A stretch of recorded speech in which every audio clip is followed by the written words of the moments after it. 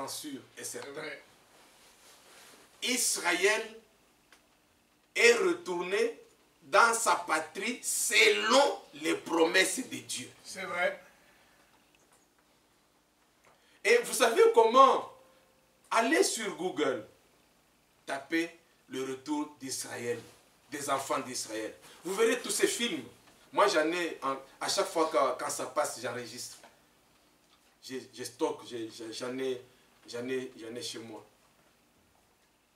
Un certain matin comme ça, des gens se lèvent et disent, nous allons retourner chez nous.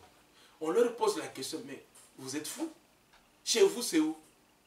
Vous vous rendez compte? En l'an 70, on est en 2020. Parce que pour qu'on arrive en l'an 2020, on a commencé par un. Hein? Ne croyez pas que ça a commencé quand tu es né. Non. On a commencé par un. Et avant qu'on commence même par un, il y a eu -1. On dit 30 ans avant l'arrivée de Jésus. C'est-à-dire qu'avec l'arrivée de Jésus, toutes les dates avant Jésus, c'est les moins. 400 ans avant Jésus, on dit -400 ans. Ça, c'est connu par l'histoire. Personne ne peut nier ça. La venue du Seigneur, même les musulmans reconnaissent la venue du Seigneur. Donc ce que la Bible dit est vrai. C'est vrai. Il l'appelle Issa bin Maria. Donc, Jésus, fils de Marie. Et ils disent qu'il est l'un des prophètes. Effectivement, Jésus était un prophète. Frère Franck l'a redit encore aujourd'hui. Quand il a dit à Nathanaël que avant que tu viennes ici, tu étais sous le sycomore, je t'ai vu, tu es un homme honnête. Jésus n'a jamais fait des affaires avec Nathanaël. Il n'a jamais vu Nathanaël, mais il savait comment que Nathanaël était un homme honnête. Il était prophète. Jésus, c'était la première fois qu'il voyait la femme au puits, dans Jean 4. Comment a-t-il su que cette femme auparavant avait eu 5 maris? Non, 5 hommes. Oui, 5 maris, pas 5 maris. 5 hommes. Comme on dit en français, 5 copains. Comment il l'a su? Il était prophète.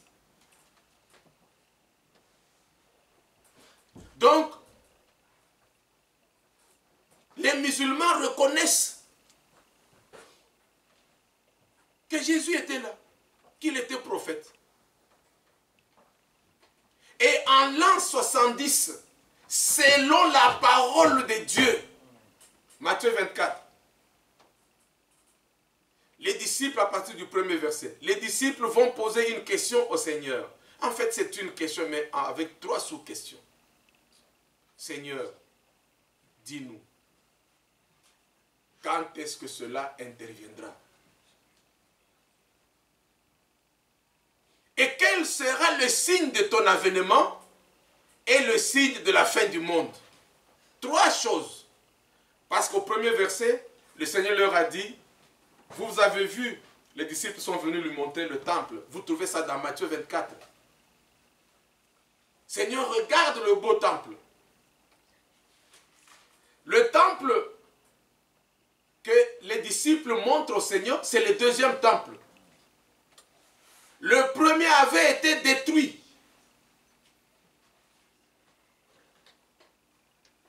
Et ça, c'est le temple qui avait été rebâti au temps d'Esdras. Vous vous rappelez encore, Esdras, la reconstruction de Jérusalem et le temple, et Néhémie, la reconstruction de la muraille. Maintenant, en l'an 70, ce deuxième temple avait été détruit. Et les lambeaux sont là. Qui peut nier ça? Ce qu'on appelle aujourd'hui le mur de lamentation. Là où les Juifs vont aller cogner la tête. C'était l'un des 4 murs du temple.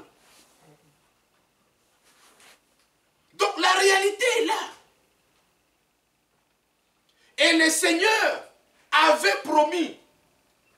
Regardez, le Seigneur parle en même temps dans la chair et en esprit. Quand il a dit, parlant de lui-même, vous allez détruire ce temple, je le rebâtirai en 3 jours. Il parlait de lui. Il parlait de lui. Mais en même temps, ce verset s'applique aussi au vrai temple. Il devait être rebâti. Et il doit être rebâti. Toujours selon les promesses de Dieu. Mais regardez comment le diable a fait les choses. Pour empêcher que Dieu bénisse le président américain Trump. Ça, c'est vraiment un homme établi par Dieu.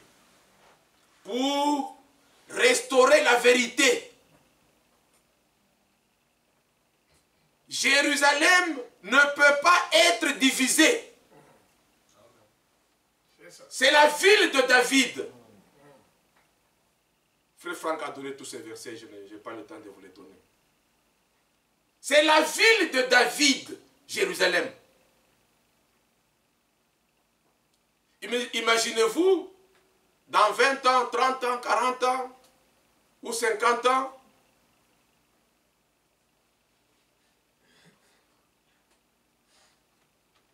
nous aussi, à Champigny, nous pouvons revendiquer cette terre. Parce que nous habitons là. Non. Ce n'est pas nous. Même si nous avons construit ici, ce n'est pas chez nous. Moi, j'ai ma terre. Ce n'est pas même à Kinshasa. Ma terre, c'est chez moi au village. C'est là où Dieu a donné à mes ancêtres une terre. Mais Israël, écoutez bien, Israël, ce n'était pas sa terre. Dieu a arraché la terre aux anciens occupants et Dieu a donné la terre à Israël. Et le conflit continue jusqu'à aujourd'hui. Mais Dieu reste Dieu. Amen. Amen.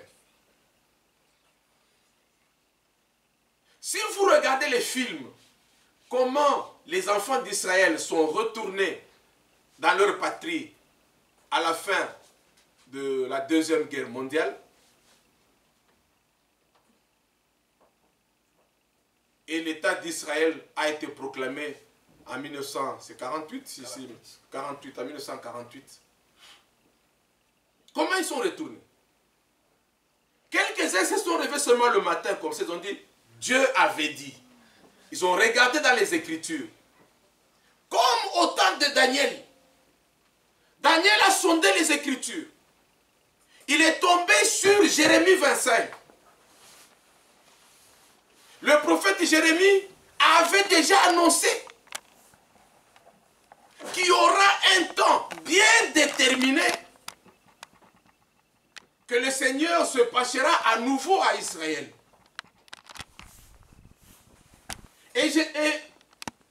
Et le prophète Daniel dit, quand j'ai compris cela, je me suis mis en prière. Pour que cette promesse que Dieu avait accordée puisse se réaliser. Daniel se mit à prier. Il a confessé le péché du peuple d'Israël. Parce que la déportation, la captivité n'est pas venue comme cela. La captivité est venue par la désobéissance d'Israël. Et le Seigneur les a amenés en Babylone. Les gens se sont réveillés le matin comme ça, aux États-Unis. Nous voulons rentrer chez nous. Les premiers migrants juifs venaient des États-Unis. C'est quand les autres ont entendu. Ah tiens, il y a un mouvement des Juifs qui rentrent chez eux. Ils disent qu'ils rentrent chez eux. Mais ce pays a été occupé depuis l'an 70. Depuis l'an 70, jusqu'en 1948. Donc, à la fin de la guerre mondiale, de la Deuxième Guerre mondiale, donc en gros 1945. Parce que avant que l'État soit proclamé, ils se sont établis, il y avait des batailles, etc. Il fallait que les Nations Unies reconnaissent l'État d'Israël. Vous venez dans les bateaux, vous accostez à la mer et vous dites aux habitants qui sont sur la terre, vous leur dites que nous rentrons chez nous. Mais ils vous trouvent pour des fous. Chez vous. Vous dites oui, c'est chez nous. Je dis non, c'est pas chez vous. Les Palestiniens occupent cette terre depuis l'an 70. Et selon la volonté de Dieu, les Juifs étaient éparpillés sur toute la surface de la terre. Et il n'y a pas un seul pays au monde qui n'a pas accueilli les Juifs. Ils étaient même en Bougimaï là.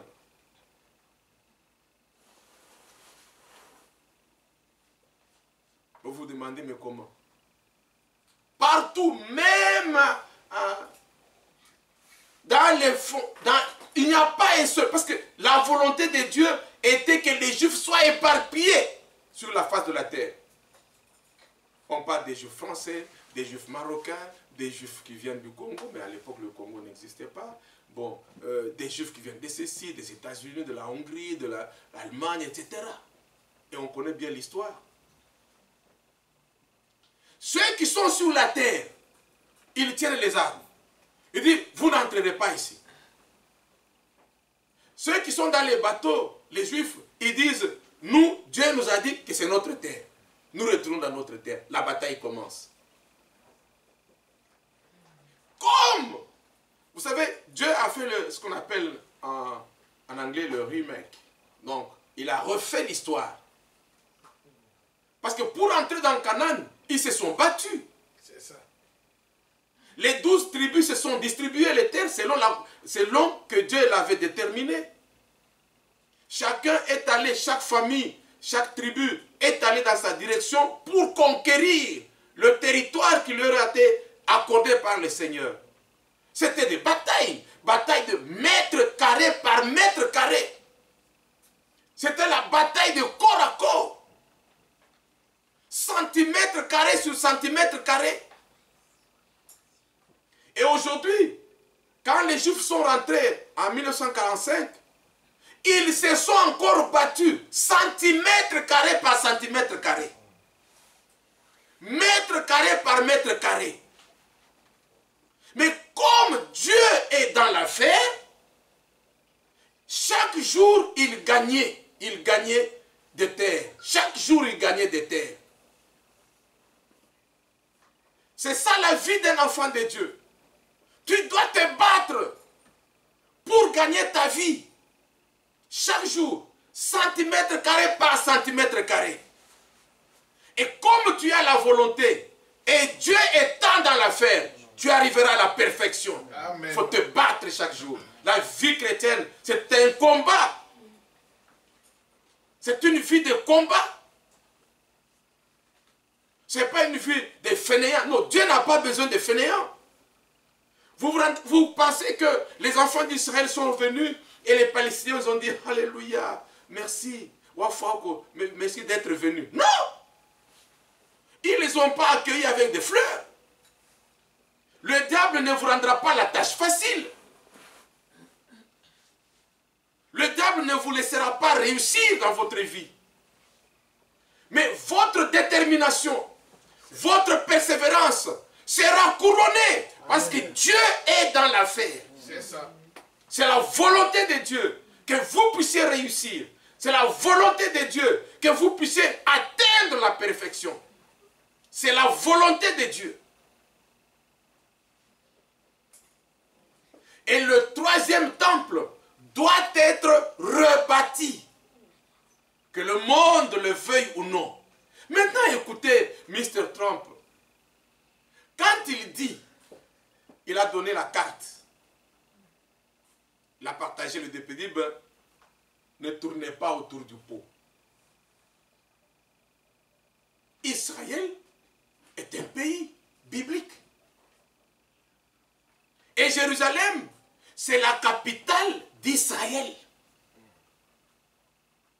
Dans la Bible, il n'y a pas Jérusalem-Est, il n'y a pas Jérusalem-Ouest.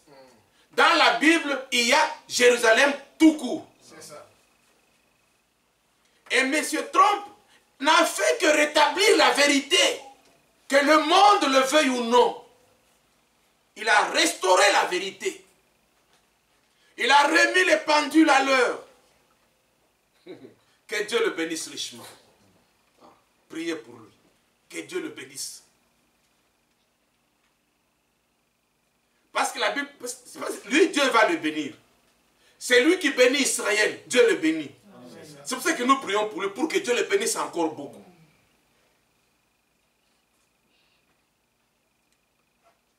Aujourd'hui, pour vivre, les enfants d'Israël, sur un petit bout de territoire, sont obligés de se battre tous les jours. C'est un pays qui est en guerre depuis 1948. C'est vrai. Ils n'ont jamais connu un seul jour de repos. Nous l'avons vu ici. Depuis le jour où vous avez donné votre vie au Seigneur, vous ne connaîtrez pas un seul jour de repos. Parce que le diable vous attaquera toujours. C'est vrai. Ne pensez pas que bon, je suis devenu chrétien, la vie est devenue pépélée, c'est fini, les choses sont en rose. Non, le combat, c'est chaque jour. Luc 19. Que celui qui veut me suivre se charge d'abord de sa croix. Non, renonce d'abord à lui-même. Ne te considère pas. Ne te regarde pas tel que tu es. Ne dis pas, je n'y arriverai pas. Qu'est-ce que... Regardez ce que Moïse va demander au Seigneur une chose. Exode 33. Versets 12 à 16. Moïse dit à l'Éternel,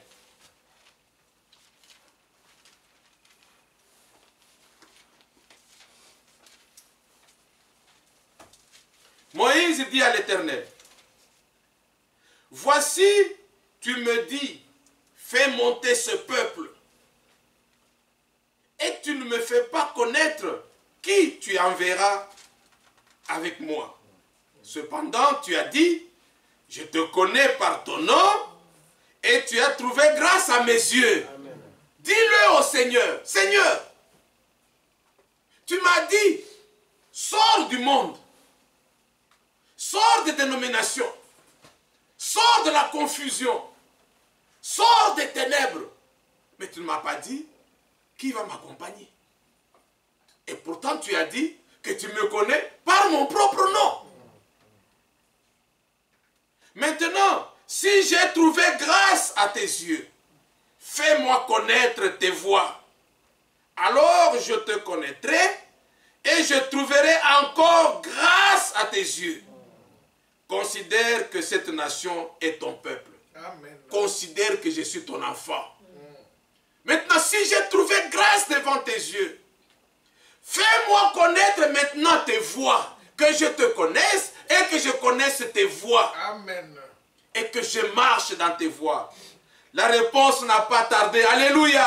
Amen. Celui qui s'appuie sur le Seigneur ne sera jamais confus. Amen. La réponse n'a pas tardé. Verset 14.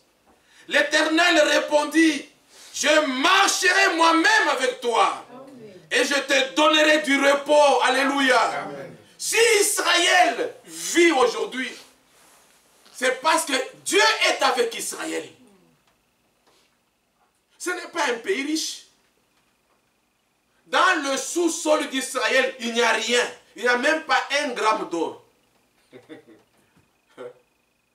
C'est maintenant qu'Israël vient de découvrir sa première richesse, le gaz, dans la mer Méditerranée. Et ce gaz-là, ils vont le partager avec la Turquie, avec la Grèce, tous les pays méditerranéens qui sont autour d'Israël, à côté d'Israël. Ils vont se partager ce gaz. C'est la première richesse d'Israël découverte là. Ils n'ont pas encore, ils sont encore en train de négocier. C'est un pays pauvre. Mais regardez autour d'Israël. Que des nations hyper riches. Si vous allez à Dubaï, vous voyez l'aéroport, vous vous dites non. Oyo écoute, Kitina Lola. Si tu vois l'aéroport de Dubaï, tu dis non, ça ce n'est pas un homme qui a fait ça. Ça vient du ciel. Tu vois les gratte-ciel, tu dis non, c'est pas possible. Mais tu regardes Israël, c'est un pays correct, normal. Ils ont réussi à transformer un pays désertique en un pays agricole. C'est le seul pays au monde, même l'Arabie Saoudite, là, ils achètent les pommes de terre. En France, ils achètent les pommes, ils achètent tout. Ils achètent tout, même la tomate. Mais Israël a transformé la terre qui était une terre désertique. Ils ont transformé cette terre. Et que font leurs ennemis? Ils ont découvert une autre arme. Vous êtes agriculteur, papa Dieu, vous êtes agriculteur en Israël. Vous vous réveillez le matin, votre champ est incendié. C'est-à-dire que vous avez planté le blé. Tu arrives à la récolte, tu viens avec ton tracteur, ta moissonneuse batteuse là, pour récolter le blé, tu trouves tout incendié. Comment ils ont trouvé? Ils ont maintenant des lance-pierres. Ils mettent des bouteilles, et des cocktails Molotov là, de l'essence dans des bouteilles là, et puis ils tournent comme ça, ils tournent comme ça. De l'autre côté de la frontière, ils n'ont pas besoin de venir. Poum, poum, poum, poum, poum, poum. Ils jettent la bouteille, elle tombe dans le champ. En moins de 5 minutes, ton champ de blé est parti. Donc ils sont en guerre perpétuelle. Il n'y a pas, là-bas c'est toujours des sirènes. Hein? Tout le monde dans les abris. Vous pouvez vivre cette ville-là. Alors, ne dormez pas. Le diable, il est là. C'est ça. Là, c'est dans le physique, dans le naturel que Dieu nous montre les choses. Mais dans le spirituel, mais nous sommes en combat tous les jours. C'est vrai. Il fait froid. Tu mets une veste. Le diable dit, ah bon? Tu veux te protéger du froid? La pluie tombe. Tu cours maintenant vite. Mais la veste ne va pas te protéger de la pluie. Non. Il faut que tu ailles prendre un parapluie. C'est ça. Vous comprenez? Il faut que tu ailles prendre un parapluie. Parce que tu diras, bon, j'ai la veste, ça me suffit. J'ai prié. Moi, je n'ai pris que le dimanche. Et le mercredi. Tu as donné à qui? Le vendredi, c'est pour qui?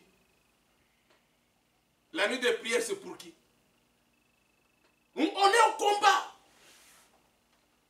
Le combat est perpétuel. Tous les pays qui environnent Israël sont extrêmement riches. Vous savez que l'avion qui décolle de l'aéroport de Tel Aviv, il n'a même pas encore atteint 5 km. Il n'est plus dans le territoire d'Israël. Donc, à tout moment, un avion qui atterrit ou qui décolle d'Israël peut être abattu à tout moment. Quand tu es à Kinshasa, tu décolles de Kinshasa ou tu atterris à Kinshasa, mais tu es dans le territoire congolais. L'avion a parcouru des centaines de kilomètres, tu es toujours dans le territoire congolais. Non, chez eux, ce n'est pas le cas. À peine l'avion décollé, à peine tout de suite, l'avion n'est plus dans l'espace aérien. Donc, il peut être abattu à tout moment. Donc, ces gens-là sont vigilants. Leur aéroport, c'est l'un des aéroports les plus sécurisés du monde. Ils sont aux aguets. Ils veillent.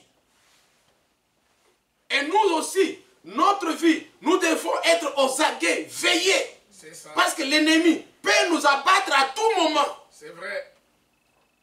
Frère Branham a prêché cette prédication intitulée le 3e Exode. Dans cette prédication, il montre exactement, sur le plan spirituel, la coïncidence entre les enfants d'Israël et nous, les élus. Dieu a demandé aux enfants d'Israël de sortir de l'Égypte. Dieu nous a demandé aussi de sortir du monde. C'est ça. Et de dénomination. Dieu a envoyé un prophète à Israël. Dieu nous a envoyé aussi un prophète. Israël avait une marche avant d'atteindre la terre promise. Nous aussi, nous avons une marche avant d'atteindre l'enlèvement.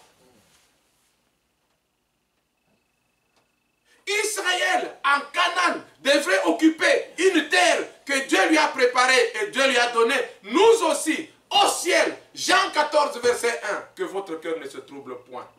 Amen. Je m'en vais vous préparer une place. Et quand j'aurai terminé, je reviendrai. Je reviendrai pour vous prendre, pour vous amener là-haut, dans la maison de mon Père, afin que là où je suis, vous y soyez aussi. Ouais.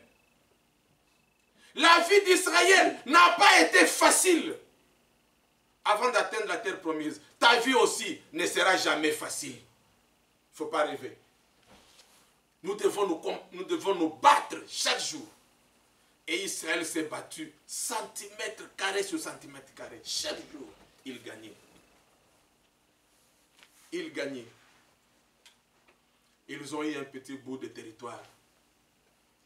Et vous vous rendez compte, depuis 1948, que les Nations Unies ont reconnu Israël comme étant un pays, jusqu'en 1967, aucun juif n'a foulé son pied dans Jérusalem-Est. Même pas une partie de Jérusalem-Ouest, là où il y a le temple. Mais qu'est-ce qui s'est passé? Un jour, les pays arabes se sont réunis. Ils ont dit, on doit tout faire maintenant pour exterminer ces gens. Comme ils sont venus, nous allons les encercler et nous allons les exterminer tous. Regardez l'Égypte. Vous voyez où se trouve l'Égypte? En face d'Israël. Le mont Sinaï que vous entendez là, le mont Sinaï de la Bible là, se trouve en Égypte aujourd'hui. C'est ça. Égypte est en face. Derrière Israël, il y a l'Irak. Il y a la Syrie. Il y a le Liban. Le Liban au nord. La Syrie au nord-est. L'Irak. Il y a l'Arabie Saoudite et l'Iran qui est derrière. Avec des milliers de missiles pointés sur Israël. Arabie Saoudite. Tous ces pays vont s'unir. Alors, rappelez-moi, la guerre de Kippour, 73 ou 67? Hein? La guerre de Kippour, j'ai un petit trou. 67. Hein? Tapez un peu le Google. La guerre de Kippour. Il faut que je dise des choses correctes. Parce qu'il y a eu deux guerres. La guerre de 67 et la guerre de Kippour. 73. 73. Hein? Très bien? Oui. C'est bon, 73, voilà. 73. La guerre de 67, ils ont gagné un petit bout de terre. Mais c'est en 73, depuis 1948, que les Juifs arrivent au mur de lamentation. Vous vous rendez compte? Les premiers Juifs. C'est-à-dire que depuis l'an 70, qu'Israël a été chassé de la terre promise, en 1973, en gros 19 siècles après, les Juifs arrivent pour adorer Dieu devant le mur de lamentation. 19 siècles après. Mais comment cela s'est réalisé? Les Arabes s'unissent, ils achètent des armes et ils attaquent Israël. Qu'on appelle la guerre de Kippour. Et ils attaquent toujours quand Israël est en fête. Kippour là c'est une fête. Hein, vous savez, un jour j'enseignerai sur les fêtes. Hein, il y a plusieurs fêtes dans la Bible. J'enseignerai ça aussi un jour. Pendant qu'Israël est en fête, ils sont en train de fêter, de boire, de manger, boum, on attaque. Et on a commencé à les tuer comme des mouches. On a commencé à les exterminer comme des mouches. Et les Égyptiens sont entrés même à Jérusalem. Mais Dieu a utilisé un petit David. Un petit soldat borgne avec un œil. Moshe Dayan. Avec un œil. Il dit au commandant de l'armée, non, écoutez, moi j'ai un plan pour repousser ces gens. Le commandant regarde. Tu es d'abord borgne. Tu as un seul œil qui voit. L'autre est crevé. Tu es jeune. Tu n'as pas d'expérience. Mais comment tu vas faire? Il dit, donnez-moi, je ne connais plus le nombre des militaires qu'il avait demandé. Un exemple, donnez-moi 3000 hommes. Nous allons tenter de faire quelque chose. Encore un petit David qui sort là. C'est par ce petit David, Moshe Dayan, qu'Israël va parvenir à chasser les Égyptiens. Et Israël va reconquérir une bonne partie de l'Égypte. Ils étaient même prêts d'arriver au Caire. Ils ont récupéré le mont Sinaï, tout. Ils ont tout récupéré. Du côté de Liban, ils ont récupéré tout le nord. Enfin, le sud du Liban, mais qui est le nord d'Israël. À l'est, ils ont récupéré une bonne partie de ce qu'on appelle aujourd'hui la Cisjordanie. Et au sud, n'en parlons pas. Et ils ont récupéré la ville de Jérusalem. Une bonne partie de Jérusalem. Parce que le temple est bâti à cheval. Je ne sais pas comment vous comprenez comment Dieu peut faire les choses. Le temple est bâti à cheval. Regardez le portable. C'est ça le temple. Le temple est bâti à cheval. Donc il est entre la frontière de Jérusalem Est et Jérusalem Ouest. Et maintenant, Jérusalem Est, les musulmans ont bâti leur, comment on appelle encore? Leur mosquée. La mosquée d'Al-Aqsa. Je ne sais pas si je prononce bien. La mosquée d'Al-Aqsa. Et dans la culture et religion musulmane, c'est le deuxième lieu saint de la religion musulmane. Le temple, la mosquée de Jérusalem-Est. Le premier lieu saint, c'est la Mecque, en Arabie Saoudite. Et le deuxième lieu saint, c'est le temple, la mosquée de Jérusalem-Est. Frère Franck va écrire à toutes les ambassades du monde entier. Il va leur dire, lisez bien le Coran. Dans le Coran, le mot Jérusalem n'existe pas dans le Coran.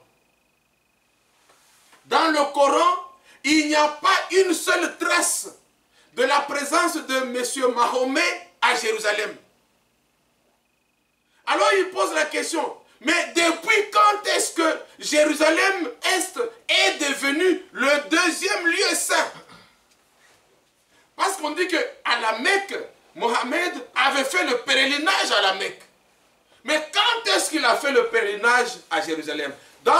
S'il y avait fait le pèlerinage à Jérusalem, il aurait dû écrire. Il n'y a pas de trace. Donc, arrêtez votre histoire là. Aujourd'hui, un homme politique courageux. Il faut être courageux comme Trump. Dire la vérité au monde entier et leur dire que Jérusalem, c'est la capitale indivisible d'Israël. Et nous nous disons, gloire à Dieu. Amen. Nous serons restaurés totalement dans notre être. Dieu va nous restaurer totalement. Il n'y aura pas une seule portion dans notre vie qui appartient à l'ennemi. Aujourd'hui, il y a encore un peu de ceci, le diable a encore des petites choses à se représenter dans notre vie. Mais la perfection, ça sera complète. Dieu va nous restaurer complètement. Et la Bible dit, je marcherai moi-même avec vous. Et je te donnerai du repos. Verset 14. Moïse lui dit, si tu ne marches pas toi-même avec nous, ne nous fais point partir d'ici. N'acceptez jamais de vivre sans le Seigneur. N'acceptez jamais de faire quelque chose sans le Seigneur. Ne le désirez jamais. Battez-vous jusqu'à ce que vous puissiez reconnaître que Dieu doit être au premier plan. Dieu doit être devant. Il dit ceci, je marcherai moi-même avec toi et je te donnerai du repos. Moïse lui dit, si tu ne marches pas toi-même avec nous, ne nous fais point partir d'ici. Et j'aime bien le verset 16. Comment sera-t-il donc certain que j'ai trouvé grâce à tes yeux, moi et ton peuple? Ne sera-ce pas quand tu marcheras avec nous et quand nous serons distingués, alléluia, Amen. moi et ton peuple, de tous les peuples qui sont sur la face de la terre? Amen. Alléluia. Amen. Je l'ai toujours dit que nous les croyants, nous sommes au-dessus de tous les chrétiens. Et que le Seigneur doit nous distinguer. Notre vie doit être distinguée. Notre marche doit être distinguée. Notre foi doit être distinguée.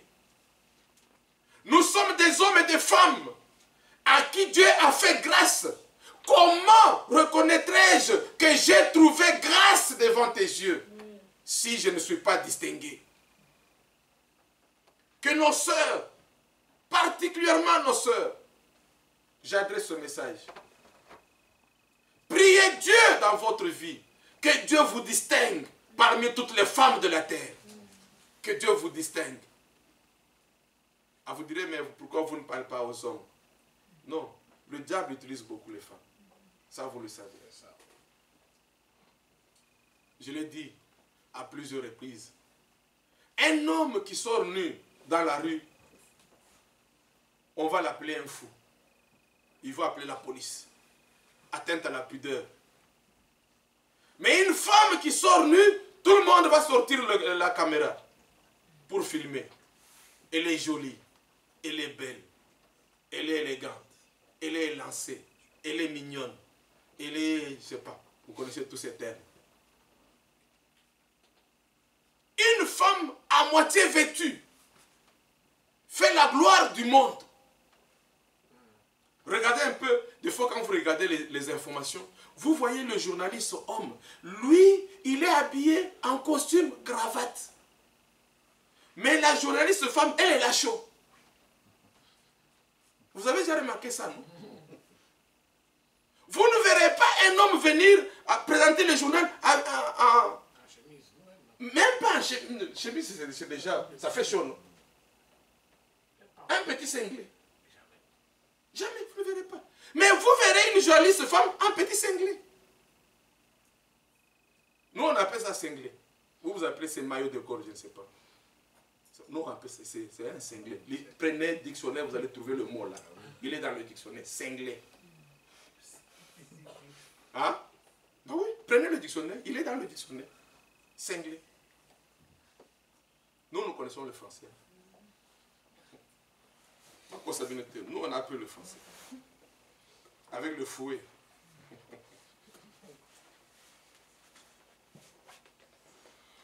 Maintenant, une véritable sœur, une véritable chrétienne, priera Dieu que Dieu la distingue. Une fille de Dieu priera Dieu que Dieu puisse la distinguer. Qu'elle ne puisse pas ressembler à Jézabel. C'est Jézabel qui a introduit en Israël les sociétés de comestiques. Non, c'est ça, comment on dit? Cosmétique, voilà. Cosmétique, merci. C'est elle qui a appris aux femmes comment mettre du rouge, du vert, du jaune, du bleu, du violet. Et à défigurer la figure. Ça vient de Jézabel. Non, pour les femmes croyantes, c'est écrit dans Ésaïe au chapitre 51. Ayez vos regards sur la mère des croyants. Vous la connaissez, non? Sur Sarah, la mère de l'humanité. C'est Ésaïe 51. Nous les hommes, nous avons les yeux braqués sur Abraham. Les femmes ont les yeux braqués sur Sarah. C'est écrit, Ésaïe 51. Et la Bible dit qui appelait son mari Seigneur. Qu'est-ce que le diable a fait aujourd'hui? L'égalité entre l'homme et la femme. L'égalité de quoi? Cela ne veut pas dire que l'homme est au-dessus de la femme ou la femme est au-dessus de l'homme. Non. L'homme reste l'homme. La femme reste la femme. C'est tout. Les choses ne sont pas compliquées pour Dieu et pour les enfants de Dieu. Les choses ne sont pas compliquées.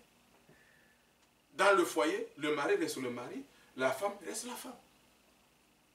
Il n'y a personne qui cherche à occuper la place de l'autre. Il y a des complications parce qu'il y a quelqu'un ou quelqu'une qui cherche à occuper la place qui n'est pas la sienne. Et ça amène des troubles.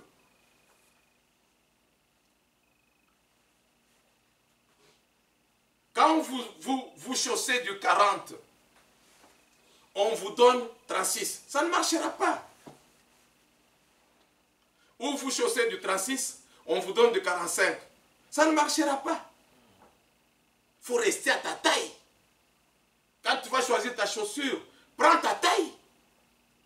Que ça ne te sert pas. Que ça ne soit pas non plus aussi comme un bateau. Tu commences à mettre quand on était petit, C'est ça. nos parents, nous on nous achetait une seule paire dans l'année. Vous en avez, toi tu dois avoir moins 14. Oui, oui, je sais. Tu dois avoir, c'est que tu négliges, que tu ne regardes même pas. Papa, papa il m'a acheté ça. Merveille, regarde, papa m'a acheté ça. Papa, on dirait qu'il dormait quand il a acheté ça. Ils disent beaucoup de choses entre eux. On dirait que papa dormait quand il a acheté ça. Et l'enfant ne va pas porter. Nous, on nous achetait une seule paire. C'est-à-dire que tu as 5 ans, on t'achète la chaussure de l'enfant de 12 ans. Alors, tu mets des cotons là. De façon que chaque année, tu enlèves un morceau de coton. Tu grandis avec ça. Soyez heureux, parce que vous, c'est vrai, vous n'avez pas connu ce que nous on a connu. Ah oui, c'est vrai. Priez Dieu chaque jour. Demandez au Seigneur qu'il vous restaure. Qu'il restaure votre vie. Qu'il vous rétablisse dans vos droits. Nos droits à nous, c'est de vivre la parole de Dieu. D'être correct dans notre marche, dans notre vie. Compter sur le Seigneur, nous appuyer sur le Seigneur. Il faut que je termine ça. Parce que, oui. Et comment sera-t-il donc certain que j'ai trouvé grâce à tes yeux, moi et ton peuple? Ne sera-ce pas quand tu marcheras avec nous, et quand nous serons distingués, moi et ton peuple, de tous les peuples qui sont sur la face de la terre. Amen. Alléluia. L'Éternel dit à Moïse, je ferai ce que tu me demandes. Amen. Et frère Franck a dit aujourd'hui, ce que tu demandes au Seigneur, il en fera encore plus. Oui. Amen. Alléluia. Amen. Toi demande seulement, lui il en fera encore plus. J'ai noté ce verset. Éphésiens chapitre 3.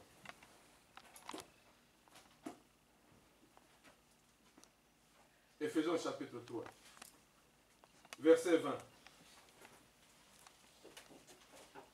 et 21. Oh, à celui qui peut faire, par la puissance qui agit en nous, infiniment, au-delà de tout ce que nous demandons ou pensons. Amen. Lui, il peut faire au-delà de ce que nous pensons, de ce que nous demandons. À lui soit la gloire dans l'Église et en Jésus-Christ, dans toutes les générations, au siècle des siècles. Amen. Amen. Terminons avec Ésaïe au chapitre 54 et nous allons nous mettre debout pour chanter comme un fleuve immense et que chacun de nous puisse prier Dieu. Ésaïe au chapitre 54.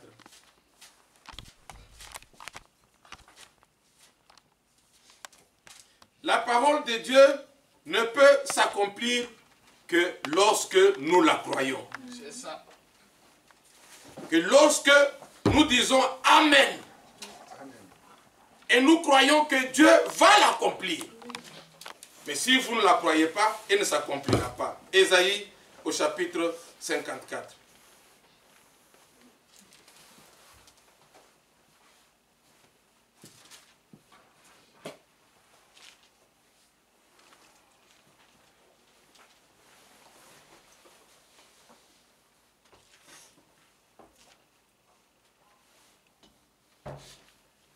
Nous lisons à partir du verset 14 et nous chanterons, nous nous mettrons debout pour chanter comme un fleuve immense dans la prière et nous pousserons des cris de joie devant notre Seigneur. À partir du verset 14 jusqu'au verset 17. Tu seras affermi par la justice. Bannis l'inquiétude, car tu n'as rien à craindre. Amen. Et la frayeur, car elle n'approchera pas de toi. Amen. Si l'on forme des complots, cela ne viendra pas de moi. Ouais. Quiconque se liguera contre toi tombera sous ton pouvoir. Amen. Voici, j'ai créé l'ouvrier qui souffle le charbon au feu et qui fabrique une arme par son travail. Mais j'ai créé aussi le destructeur pour la briser. Amen. Alléluia. Amen. Alléluia. L'ennemi peut concevoir quelque chose contre toi. Mais Dieu trouvera toujours un moyen pour contrecarrer l'ennemi. Pour écraser l'ennemi. Toute arme forgée contre toi sera sans effet. Amen. Et toute langue qui s'élèvera en justice contre toi, tu la condamneras. Amen. Tel est l'héritage des serviteurs de l'Éternel. Tel est le salut qui leur viendra de moi, dit l'Éternel. Que le Seigneur vous bénisse richement. Amen. Shalom, shalom. Comme un fleuve immense et la paix de Dieu parfaite et l'avance jusqu'à son terme. Vainqueur en tout lieu. Parfaite, elle augmente constamment son cours. Parfaite sa pente, ça baisse toujours. Que le Seigneur vous bénisse richement. Amen.